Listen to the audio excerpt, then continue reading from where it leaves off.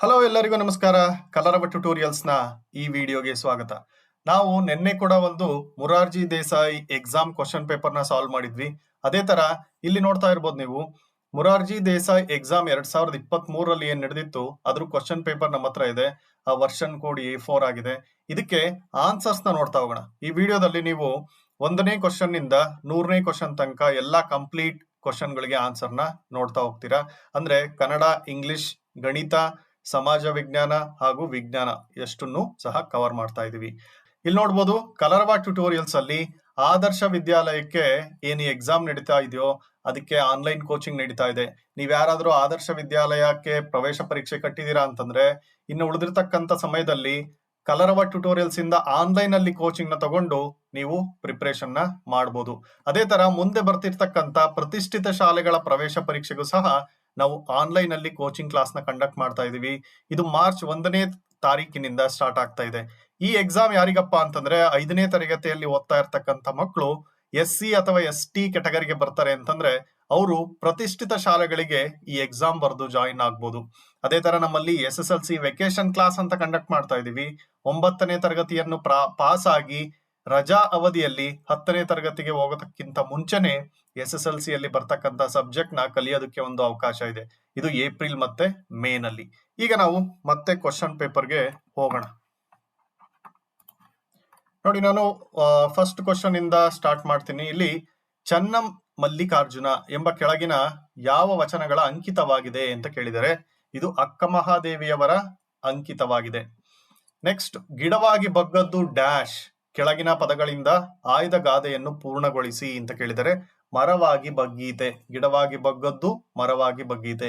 ನೋಡಿ, ನಿಮಗೆ ಗಾದೆ ರಿಲೇಟೆಡ್ ಒಂದು ಕ್ವಶನ್ ಇರ್ತದೆ. ಪ್ರೀವಿಯಸ್ ಕ್ವಶನ್ ಪೇಪರ್ ಅಲ್ಲೂ ಅಷ್ಟೇ ನಿಮಗೆ ಗಾದೆ ರಿಲೇಟೆಡ್ ಒಂದು ಕ್ವಶನ್ ಇತ್ತು. ನೆಕ್ಸ್ಟ್ ಕ್ವಶನ್ ನೋಡೋಣ. 3ನೇ ಪ್ರಶ್ನೆ, ಕೆಳಗಿನ ಪದಗಳಲ್ಲಿ ಹಳ್ಳ ಪದಕ್ಕೆ ಸರಿ ಹೊಂದುವ ಜೋಡು ಪದ ಗುರುತಿಸಿ. ಇದಕ್ಕೆ ಕೊಳ್ಳ, ಹಳ್ಳ, ಕೊಳ್ಳ. ಕೆಳಗಿನ ಪದಗಳಲ್ಲಿ ಗುಂಪಿಗೆ ಸೇರದ ಪದ ಗುರುತಿಸಿ. ನದಿ, ಬೆಟ್ಟ, ಸಮುದ್ರ, ಸರೋವರ ಅಂತ ಕೊಟ್ಟಿದ್ದಾರೆ. ಗುಂಪಿಗೆ ಸೇರದ ಪದ ಅಂತಂದ್ರೆ ಬೆಟ್ಟ. ನೆರವು ಪದದ ಸಮಾನಾರ್ಥಕ ಪದವನ್ನು ಸೂಚಿಸಿ ಅಂತ ಕೇಳಿದರೆ ನೆರವು ಅಂತಂದ್ರೆ ಏನು? ಸಹಾಯ ಮಾಡುವುದು, ಸಹಾಯ. ಅದೇ ತರ 6ನೇ ಪ್ರಶ್ನೆ, ಕೆಳಗಿನ ಸಾಹಿತಿಗಳಲ್ಲಿ ಜ್ಞಾನಪೀಠ ಪ್ರಶಸ್ತಿ ಪಡೆದವರನ್ನು ಗುರುತಿಸಿ. ನೀವು ಜ್ಞಾನಪೀಠ ಪ್ರಶಸ್ತಿ ಪಡೆದಿರ್ತಕ್ಕಂಥ ಎಲ್ಲಾ ಸಾಹಿತಿಗಳ ಹೆಸರನ್ನು ನೆನ್ಪಿಟ್ಕೊಂಡಿರ್ಬೇಕು. ಯಾವಾಗ ಪಡೆದ್ರು ಅಂತಾನು ಕೂಡ ಕೇಳೋ ಚಾನ್ಸಸ್ ಇರುತ್ತೆ. ಇಲ್ಲಿ ಆನ್ಸರ್ ಕುವೆಂಪು. ನೆಕ್ಸ್ಟ್ 7ನೇ ಕ್ವಶನ್ಗೆ ಬರೋಣ. ರೈತನ ಮಿತ್ರ ಅಂತ ಯಾರನ್ನ ಕರೀತಾರೆ? ಎರೆಹುಳುನ ಕರೀತಾರೆ. ಇದು ನೋಡಿ, ನಿಮಗೆ ಸಮಾಜದಲ್ಲೂ ಸಹ ಕೇಳ್ಬೋದು. ನಿಮಗೆ ಅಗ್ರಿಕಲ್ಚರ್, ರೈತರ ಬಗ್ಗೆ ಪಾಠ ಇದೆ. 8ನೇ ಕ್ವಶನ್, ರವಿ ಕತ್ತಲೊಡನೆ ಡ್ಯಾಶ್ ಪದ್ಯದ ಸಾಲನ್ನು ಈ ಕೆಳಗಿನವುಗಳಲ್ಲಿ ಸರಿಯಾದುದನ್ನು ಗುರುತಿಸಿ. ಜಗಳಾಡುವನು ಕರೆಕ್ಟ್ ಆನ್ಸರ್. ಶಾಲೆಗಳಲ್ಲಿ ಆಚರಿಸುವ ಮಕ್ಕಳ ದಿನಾಚರಣೆಯ ದಿನಾಂಕ. ಮಕ್ಕಳ ದಿನಾಚರಣೆ ಎಲ್ಲರಿಗೂ ಸಹ ಗೊತ್ತಿರಬೇಕು. 14ನೇ ನವೆಂಬರ್ ರಲ್ಲಿ ನಾವು ಮಕ್ಕಳ ದಿನಾಚರಣೆಯನ್ನ ಆಚರಿಸ್ತೀವಿ. ಅನುನಾಸಿಕ ಅಕ್ಷರಗಳ ಒಟ್ಟು ಸಂಖ್ಯೆ. ಅನುನಾಸಿಕಾಕ್ಷರಗಳ ಒಟ್ಟು ಸಂಖ್ಯೆ ಎಷ್ಟು? 5 ಇರ್ತವೆ. ಕೊಟ್ಟಿರುವ ಮಾದರಿಯಂತೆ ಆಶೀರ್ವಾದ ಪದಕ್ಕೆ ಸಮಾನಾರ್ಥಕ ಪದ ಬರೆಯಿರಿ. ಮಾದರಿ ಹೆಂಗೆ ಅಂತಂದ್ರೆ ಸಮುದ್ರ ಅಂದ್ರೆ ಕಡಲು ಅಂತ ಕೊಟ್ಟಿದ್ದಾರೆ. ಅದೇ ತರ ಆಶೀರ್ವಾದ ಪದಕ್ಕೆ ಅರಸು. ನೀನೀಗ ಈ ಸೂಚನೆಯನ್ನು ಅನುಸರಿಸು. ಇದನ್ನು ಬಹುವಚನದಲ್ಲಿ ಬರೆದಾಗ ನೀವೀಗ ಬರುತ್ತೆ, ನೀನೀಗಾಗೆ. ಸೊ ನೀವೀಗ ಈ ಸೂಚನೆಗಳನ್ನು ಅನುಸರಿಸಿ ಅಂತ ಬರಿಬೇಕು. ಅಮ್ಮ ಪದವನ್ನು ಬಿಡಿಸಿದಾಗ ಅ ಪ್ಲಸ್ ಮೊ ಪ್ಲಸ್ ಮೊ ಪ್ಲಸ್ ಅ. ಇದು ಅಮ್ಮ ಪದವನ್ನು ಬಿಡಿಸಿದಾಗ ಬರ್ತಕ್ಕಂಥದ್ದು. ನೆಕ್ಸ್ಟ್ 14ನೇ ಪ್ರಶ್ನೆ, ನದಿಯ ಮೇಲಾಗುತ್ತಿರುವ ಡ್ಯಾಶ್ ನಿಲ್ಲಬೇಕು. ಸೌಜನ್ಯ, ಕಾರುಣ್ಯ, ದೌರ್ಜನ್ಯ, ಪ್ರೀತಿ. ದೌರ್ಜನ್ಯ ನಿಲ್ಲಬೇಕು. ದಶರಥನು ನೆಲೆಸಿದ್ದ ನಗರ ಯಾವುದು? ಅಯೋಧ್ಯ. ಓ ಎಂತ ಸುಂದರ ದೃಶ್ಯ. ಈ ವಾಕ್ಯದಲ್ಲಿ ಬಳಸಬೇಕಾದ ಲೇಖನ ಚಿಹ್ನೆ ಯಾವುದು? ಭಾವಸೂಚಕ. ನೋಡ್ರಿ, ಭಾವಸೂಚಕ ಚಿಹ್ನೆ ಬಗ್ಗೆ ಕೂಡ ನಾವು ಹಿಂದಿನ ಪ್ರಶ್ನೆ ಪತ್ರಿಕೆಯಲ್ಲಿ ಸಹ ನೋಡಿದ್ವಿ.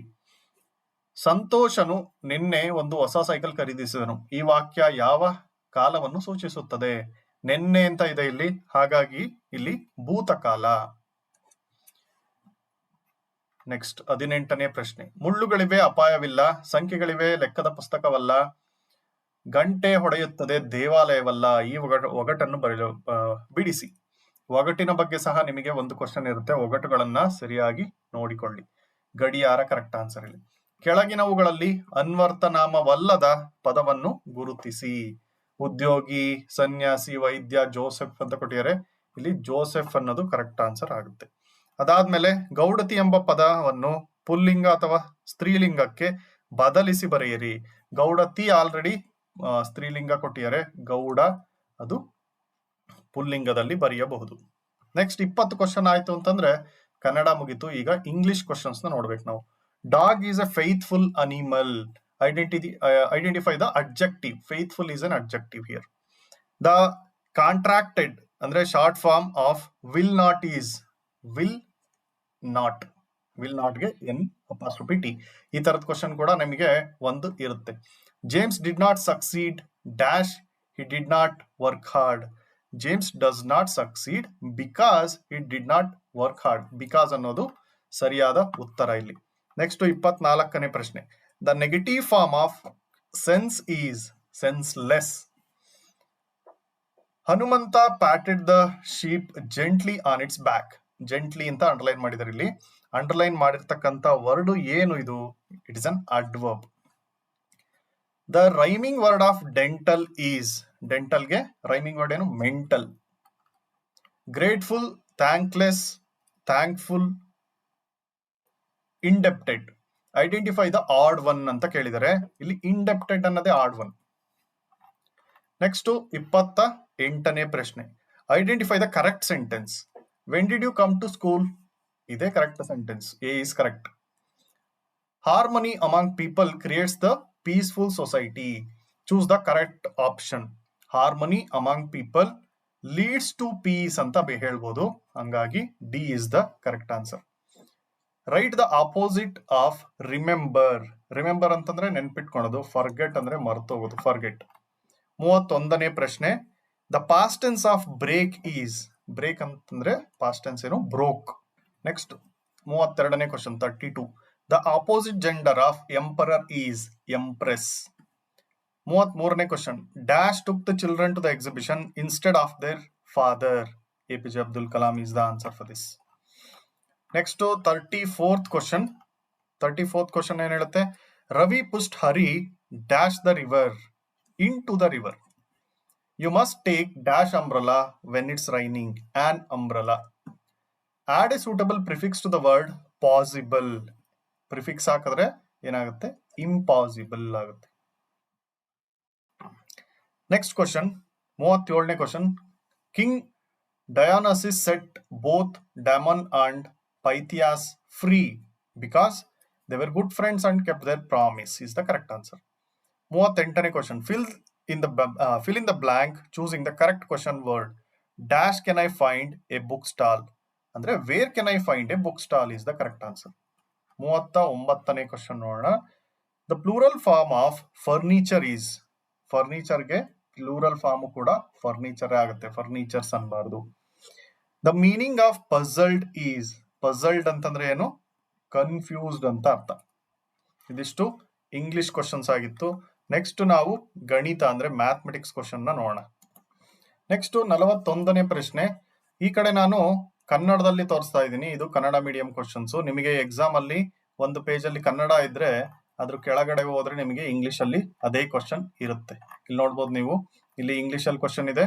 ಇದ್ರ ಕೆಳಗೆ ಬಂದ್ರೆ 41ರಿಂದ ಮತ್ತೆ ಶುರು ಆಗಿದೆ. ಇದರಲ್ಲಿ ಕನ್ನಡದಲ್ಲಿ ಕೊಟ್ಟಿದ್ದಾರೆ. ಹಂಗಾಗಿ ಕನ್ನಡ ಮತ್ತು ಇಂಗ್ಲಿಷ್ ಮೀಡಿಯಂ ಅವ್ರು ಇಬ್ಬರಿಗೂ ಯೂಸ್ ಆಗುತ್ತೆ. ಹಂಗಾಗಿ ಎರಡನ್ನೂ ಸಹ ತೋರಿಸ್ತಾ ಇದ್ದೀನಿ ನಾನು. 41ನೇ ಕ್ವಶನ್. ಇಲ್ಲಿ ಒಂದು ಅಡಿಷನ್ ಕೇಳಿದರೆ 2631.74 ಪ್ಲಸ್ 21,245.36 ಕೂಡ್ಬೇಕು. ಕೂಡ್ದಾಗ ಎಷ್ಟಾಗತ್ತಪ್ಪ ಅಂತಂದ್ರೆ 23,877.10 ಆಗುತ್ತೆ. ನೆಕ್ಸ್ಟ್, ಒಂದು ಪುಸ್ತಕದ ಬೆಲೆ 63.50 ಆದರೆ 19 ಪುಸ್ತಕಗಳ ಬೆಲೆ ಎಷ್ಟು ಅಂತ ಕೇಳಿದರೆ ನೀವು ಮಲ್ಟಿಪ್ಲೈ ಮಾಡ್ಬೇಕಿಲ್ಲಿ. ಆನ್ಸರ್ 1206.50 ಆಗುತ್ತೆ. ನೆಕ್ಸ್ಟ್ 43ನೇ ಪ್ರಶ್ನೆಗೆ ಬರೋಣ. 6 ಕಿಲೋಗ್ರಾಂ 300 ಗ್ರಾಂ ಅನ್ನು ಗ್ರಾಮ್ಗಳಲ್ಲಿ ಬರೆಯಿರಿ. ನೋಡಿ, ಈ ತರದ ಕ್ವಶನ್ ಸಹ ನಿಮ್ಗೆ ಒಂದಿರುತ್ತೆ. 6 ಕಿಲೋ ಅಂದ್ರೆ 6300 ಗ್ರಾಮ್ನ ಆಡ್ ಮಾಡ್ಬೇಕು. 6300 ಗ್ರಾಮ್ ಆಗುತ್ತೆ. ಗ್ರಾಮ್ಗಳ ಬಗ್ಗೆ ಕೂಡ ನಾವು ಲಾಸ್ಟ್ ಇಯರ್ ಕ್ವಶನ್ ಪೇಪರ್ ನ ನೋಡುವಾಗ ಅದರಲ್ಲೂ ಕೂಡ ಇತ್ತು. ನೋಡಿ, radius of the circle is ಕೇಳಿದರೆ ಪ್ರೀವಿಯಸ್ ಕ್ವಶನ್ ಪೇಪರ್ ಅಲ್ಲಿ ಡಯಾಮೀಟರ್ ಕೇಳಿದ್ರು. ಇಲ್ಲಿ ವೃತ್ತದ ತ್ರಿಜ್ಯ ಕೇಳಿದರೆ OA ಅನ್ನೋದು ತ್ರಿಜ್ಯ ಆಗುತ್ತೆ. ನೆಕ್ಸ್ಟ್ 45ನೇ ಕ್ವಶನ್ಗೆ ಬರೋಣ. ನೋಡಿ ಇಲ್ಲಿ 45. ನೆಕ್ಸ್ಟ್ ಪೇಜ್ಗೆ ಹೋಗ್ಬೇಕು. ಇಲ್ಲಿ ಇಂಗ್ಲಿಷ್ ಅಲ್ಲಿ what should be added to 3262 to get 8421. 8421 ಅಲ್ಲಿ ಕಳಿಬೇಕಿದನ್ನ, ಅವಾಗ ನಿಮಗೆ ಆನ್ಸರ್ ಬರುತ್ತೆ. ಏನಪ್ಪಾ ಆನ್ಸರ್ ಅಂತಂದ್ರೆ ಇದಕ್ಕೆ ನೀವು ಎರಡನ್ನು ಕಳೆದು ನೋಡ್ಕೋಬೇಕಾಗತ್ತೆ. 5159. Right the name of the triangle ಅಂತ ಕೇಳಿದ್ದಾರೆ. ಇಲ್ಲಿ ಮೂರು ಸೈಡ್ ಈಕ್ವಲ್ ಇರೋದ್ರಿಂದ ಇದು ಈಕ್ವಿಲ್ಯಾಟ್ರಲ್ ಟ್ರಯಾಂಗಲ್. ಓಕೆ, ಒಂದು ನಿಮಿಷ. 45. ಓಕೆ, ಕನ್ನಡದಲ್ಲಿ ನೋಡಿ ನಾವು 3262ಕ್ಕೆ ಎಷ್ಟನ್ನು ಸೇರಿಸಿದಾಗ 8421 ಆಗುತ್ತೆ ಅಂತಂದ್ರೆ 5159 ಸೇರಿಸಿದಾಗ. ತ್ರಿಭುಜದ ಹೆಸರನ್ನು ತಿಳಿಸಿ. ಇಲ್ಲಿ ಮೂರು ಬಾಹುಗಳು ಸಮ ಇದಾವೆ, ಹಂಗಾಗಿ ಸಮಬಾಹು ತ್ರಿಭುಜ. ನೋಡ್ರಿ, ಹಿಂಗ್ ಕೊಟ್ಟಿದ್ದಾರೆ ಅಂತಂದ್ರೆ ಇವು ಮೂರು ಈಕ್ವಲ್ ಇದಾವೆ ಅಂತ ಅರ್ಥ. ನೆಕ್ಸ್ಟ್ 47ನೇ ಕ್ವಶನ್ ನೋಡೋಣ. ಇಲ್ಲಿ 3761.08 ಮೈನಸ್ 2437.24 ಇವೆರಡನ್ನು ಸಬ್ಟ್ರಾಕ್ಟ್ ಮಾಡಬೇಕು. ನೀವು ಡೆಸಿಮಲ್ ಪಾಯಿಂಟ್ ಸಬ್ಟ್ರಾಕ್ಟ್ ಮಾಡೋದನ್ನ ಕಲ್ತ್ಕೊಳ್ರಿ. ಈ ತರ ಕ್ವಶನ್ ಕೂಡ ಇದ್ದೇ ಇರುತ್ತೆ ಎಕ್ಸಾಮ್ ಅಲ್ಲಿ. 48ನೇ ಪ್ರಶ್ನೆ. If the length and breadth of a rectangular play ground is 180 metre and 110 metre 110 metre respectively, then the perimeter of the ground is ಅಂತ ಕೇಳಿದ್ದಾರೆ. ಒಂದು ಆಯತಾಕಾರದ ಆಟದ ಮೈದಾನದ ಉದ್ದ ಮತ್ತು ಅಗಲಗಳು ಕೊಟ್ಟಿದ್ದಾರೆ. ಇಷ್ಟು ಆದರೆ ಅದರ ಸುತ್ತಳತೆ ಎಷ್ಟು ಅಂತ ಕೊಟ್ಟಿದ್ದಾರೆ. 48ನೇ ಪ್ರಶ್ನೆ. ಇದಕ್ಕೆ ಆನ್ಸರ್ನ ನೀವು ಕ್ಯಾಲ್ಕುಲೇಟ್ ಮಾಡಬೇಕು. 580 ಬರುತ್ತೆ. 49ನೇದು. ಚೌಕಾಕಾರದ ಒಂದು ಕೊಠಡಿಯ ಒಂದು ಬದಿಯ ಉದ್ದ 12 ಮೀಟರ್ ಆದರೆ ಅದರ ವಿಸ್ತೀರ್ಣ. If the length of the one side of the square room is 12 metre, then the area of the room is ಅಂತ ಕೇಳಿದರೆ 144 ಚದುರ ಮೀಟರ್ ಆಗುತ್ತೆ. ನೆಕ್ಸ್ಟ್ 50ನೇ ಪ್ರಶ್ನೆ. 2 metre 80 centimetre cloth is required to stitch a shirt. What is the length of the cloth required to stitch 12 such shirts ಅಂತ ಕೇಳಿದ್ದಾರೆ. ಆ ತರದ 12 shirt ಗಳನ್ನ ಸ್ಟಿಚ್ ಮಾಡೋದಕ್ಕೆ ಎಷ್ಟು ಬೇಕು ಅಂತ ಕೇಳಿದರೆ ಇದಕ್ಕೆ 33 ಮೀಟರ್ 60 ಸೆಂಟಿಮೀಟರ್ ಬೇಕಾಗುತ್ತೆ. ನೆಕ್ಸ್ಟ್ 51ನೇ ಪ್ರಶ್ನೆ. ಇಂಗ್ಲಿಷ್ ಅಲ್ಲಿ ಈ ಕಡೆ ಇದೆ, ಇಲ್ಲಿ ಕನ್ನಡದಲ್ಲಿ ನೋಡೋಣ. 51ನೇ ಪ್ರಶ್ನೆಯಿಂದ ನೋಡ್ತಾ ಹೋಗೋಣ. ಇಲ್ಲಿ 51ನೇ ಪ್ರಶ್ನೆ ಏನಿದೆಯಪ್ಪ ಅಂತಂದ್ರೆ 324.1 ಇಂಟು 4.3 ಮಲ್ಟಿಪ್ಲೈ ಮಾಡ್ಬೇಕು. ನೋಡಿ, ಈ ತರ decimal related subtraction, addition, multiplication ಇದರಲ್ಲಿ 3 ಪ್ರಶ್ನೆ ಬಂತು. ನೀವು ಇದನ್ನ ಚೆನ್ನಾಗಿ ಕಲಿಬೇಕು. ಡಿವಿಷನ್ ಕೂಡ ಕೇಳ್ತಾರೆ, ಅಡಿಷನ್ ಕೂಡ ಕೇಳ್ತಾರೆ. ನೋಡ್ರಿ, ಇಲ್ಲೂ ಕೂಡ ಡಿವಿಷನ್ ಕೇಳಿದಾರೆ. 52, 54ರಲ್ಲಿ ಮತ್ತೆ ಡಿವಿಷನ್ ಕೇಳಿದ್ದಾರೆ. ಇದಕ್ಕೆ ಇಲ್ಲಿ 100 ಇಂದ ಡಿವೈಡ್ ಮಾಡಿದ್ರೆ ಈಸಿ. 2 ಪಾಯಿಂಟ್ ಆದ್ಮೇಲೆ ಡೆಸಿಮಲ್ ಪಾಯಿಂಟ್ ಇಡಬೇಕು. 14.61 1461 100ರಿಂದ ಬಾಗಿಸ್ಬೇಕು ಅಂತ ಅರ್ಥ ಅಷ್ಟೇನೆ. ದಶಮಾಂಶ ರೂಪ 14.61. 53ನೇ ಪ್ರಶ್ನೆ. A Merchant has 68 kg 250 grams of wheat with him. He sells 15 kg 250 grams of wheat to one customer and 13 kg 500 grams to other customer. What is the weight of wheat remaining with him? ಒಬ್ಬ ವ್ಯಾಪಾರಿ ಬಳಿ ಇಷ್ಟಿರುತ್ತೆ ಗೋಧಿ, ಅದರಲ್ಲಿ ಒಬ್ಬ ಗ್ರಾಹಕಂಗೆ 15 kg 150 gram ಮಾರ್ತಾನೆ, ಇನ್ನೊಬ್ಬ ಗ್ರಾಹಕಂಗೆ 13,500 ಮಾರ್ತಾನೆ. ಹಾಗಾದ್ರೆ ವ್ಯಾಪಾರಿಯ ಬಳಿ ಉಳಿದಿರೋದು ಎಷ್ಟು ಅಂದ್ರೆ ಇವೆರಡನ್ನು ಕೂಡಿ ಟೋಟಲ್ ಇಂದ ಕಳೆದ್ರೆ ನಮಗೆ ಆನ್ಸರ್ ಬರುತ್ತೆ. 39 kg 500 ಗ್ರಾಮ್ ಉಳಿದಿರುತ್ತೆ. ನಂತರ 1360 ಡಿವೈಡೆಡ್ ಬೈ 17 ಮಾಡಬೇಕು.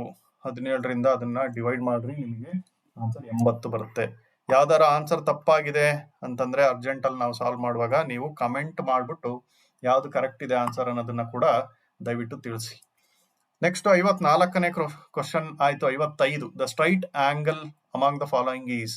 ದ ಸ್ಟ್ರೈಟ್ ಆಂಗಲ್ ಅಂತಂದ್ರೆ 180 ಡಿಗ್ರಿ ಬರುತ್ತೆ.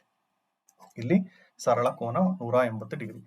Show the darked part of the form of a fraction. ನೋಡಿ, ಈ ತರದ್ದು ಸಹ ಕೇಳ್ತಾರೆ.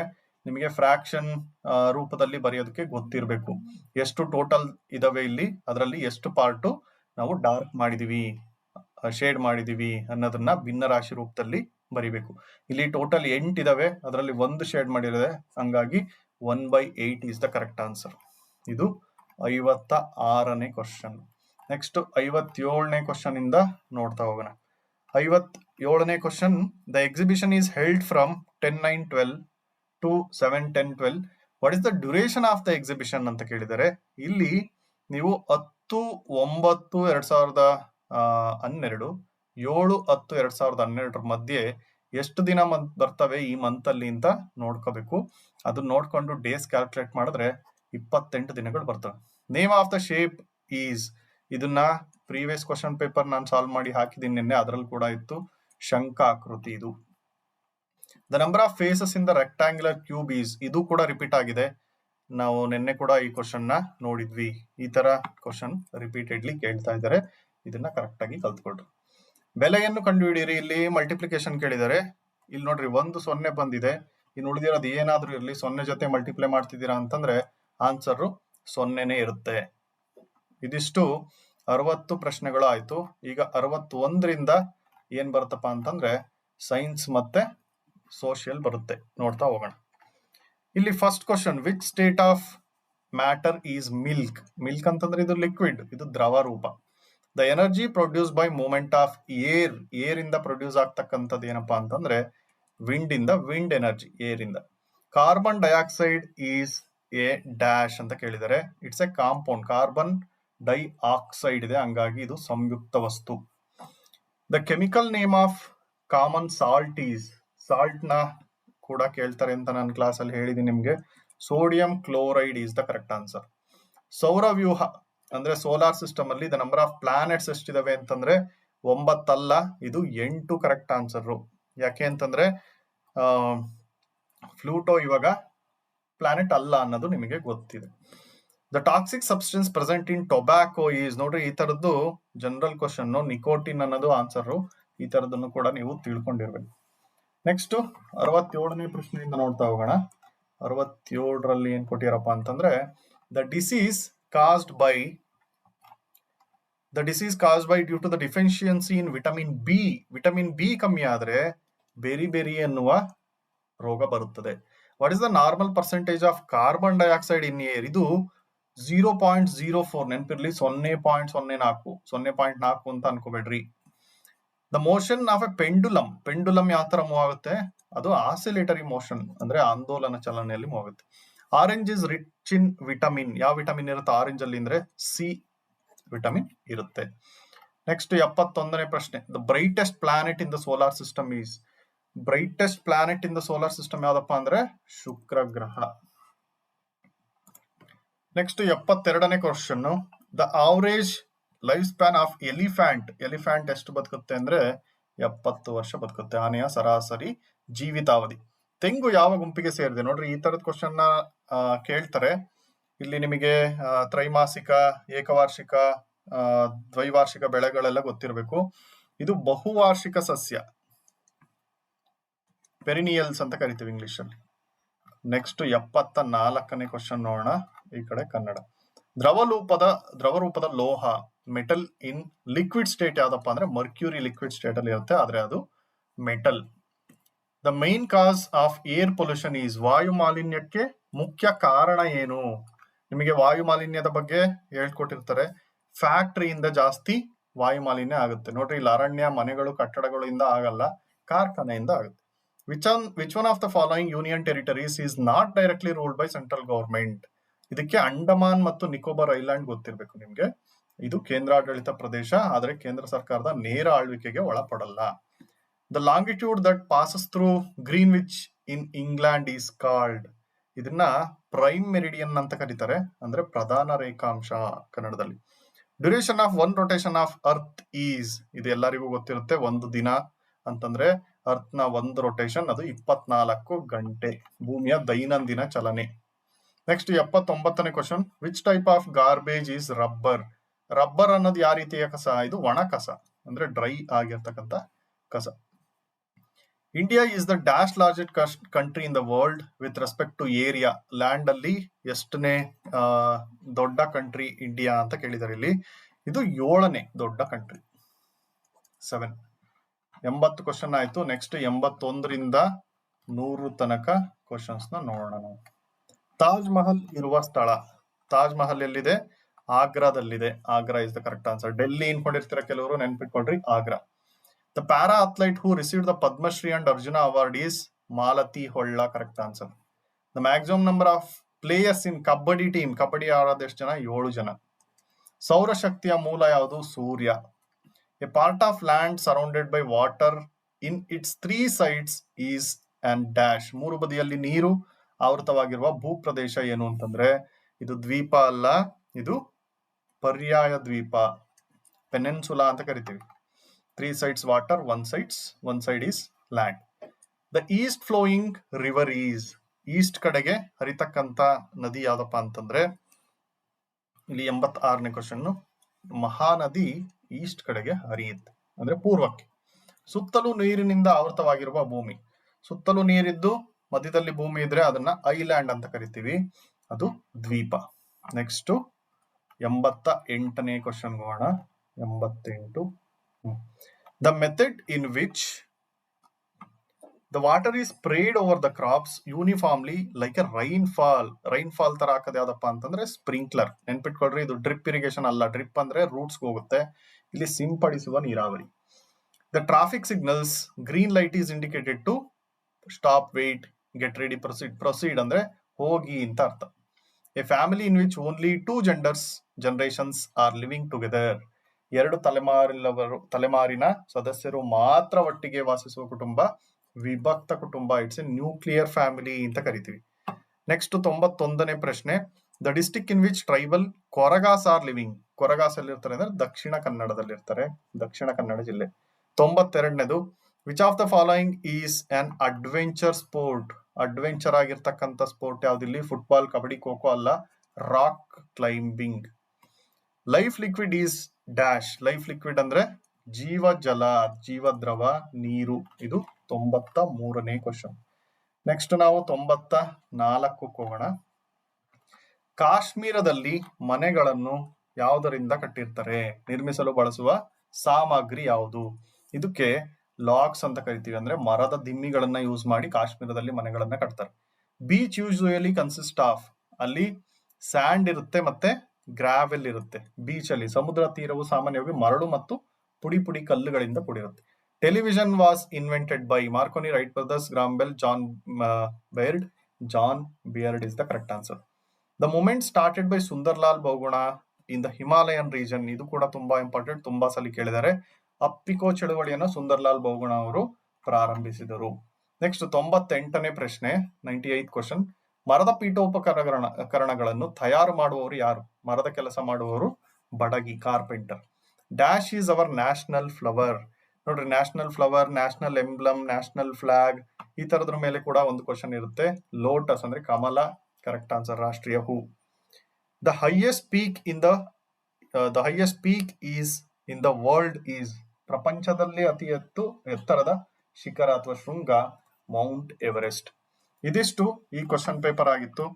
ನಾವು ಇದೇ ತರ ಕ್ವಶನ್ ಪೇಪರ್ಸ್ ನ ಅಪ್ಲೋಡ್ ಮಾಡ್ತಾ ಇದೀವಿ. ನೀವು ಇನ್ನೊಂದು ಕ್ವಶನ್ ಪೇಪರ್ ಆಲ್ರೆಡಿ ಅಪ್ಲೋಡ್ ಆಗಿದೆ, ಅದನ್ನು ಸಹ ನೋಡಬಹುದು. ಅದೇ ತರ ನಾನು ಹೇಳ್ದಂಗೆ, ನೀವು ಯಾರಾದ್ರೂ ಪ್ರತಿಷ್ಠಿತ ಶಾಲೆಗಳಿಗೆ ಪ್ರವೇಶನ ಬಯಸ್ತಾ ಇದ್ದೀರಾ ಅಂತಂದ್ರೆ ಆನ್ಲೈನ್ ಅಲ್ಲಿ ಅಪ್ಲಿಕೇಶನ್ ಓಪನ್ ಆಗುತ್ತೆ ನೆಕ್ಸ್ಟ್ ಮಂತ್, ಅದನ್ನ ಹಾಕ್ಬೇಕಾಗುತ್ತೆ. ಇದು SC/ST ಮಕ್ಕಳಿಗೆ ಮಾತ್ರ. ಆದರ್ಶ ವಿದ್ಯಾಲಯ ಕೆಲವರೆಲ್ಲ ಆಲ್ರೆಡಿ ನಮ್ಮಲ್ಲಿ ಆನ್ಲೈನ್ ಕೋಚಿಂಗ್ ನ ತಗೊಂತಾ ಇದ್ದೀರಾ. ಇದಕ್ಕೆ ಎಕ್ಸಾಮು 15ನೇ ತಾರೀಕಿದೆ, ಮಾರ್ಚ್ 15ಕ್ಕೆ. ಇನ್ನೂ ಕೆಲವರಿಗೆ ಯಾರಿಗಾರು ಆದರ್ಶ ವಿದ್ಯಾಲಯ ಪರೀಕ್ಷೆಗೆ ನಿಮಗೆ ಕೋಚಿಂಗ್ ಬೇಕು ಅಂತಂದ್ರೆ ನಮ್ಮನ್ನ ಕಾಂಟ್ಯಾಕ್ಟ್ ಮಾಡಿ, ಇಲ್ಲಿ ಕೊಟ್ಟಿರ್ತಕ್ಕಂಥ ನಂಬರ್ಗೆ ಫೋನ್ ಮಾಡಿ ನೀವು ತಿಳ್ಕೊಬಹುದು. 9ನೇ ತರಗತಿಯಿಂದ 10ನೇ ತರಗತಿಗೆ ಹೋಗ್ತಾ ಇರ್ತಕ್ಕಂಥ ಮಕ್ಕಳಿಗೆ ವೆಕೇಶನ್ ಕ್ಲಾಸಸ್ ನಡೀತಾ ಇದೆ, ಇದನ್ನು ಸಹ ನೀವು ಪಡ್ಕೋಬಹುದು. ಇದಿಷ್ಟು ಈ ವಿಡಿಯೋ ಆಗಿತ್ತು. ಇನ್ನು ಏನಾದ್ರೂ ನಿಮಗೆ ಬೇರೆ ವಿಷಯದ ಬಗ್ಗೆ ಮಾಹಿತಿ ಬೇಕು, ಕ್ಲಾಸ್ ಬಗ್ಗೆ ಮಾಹಿತಿ ಬೇಕು ಅಂದ್ರೆ ಇಲ್ಲಿ ಕೊಟ್ಟಿರ್ತಕ್ಕಂಥ ನಂಬರ್ಗೆ ಕಾಲ್ ಮಾಡಿ. Thank you.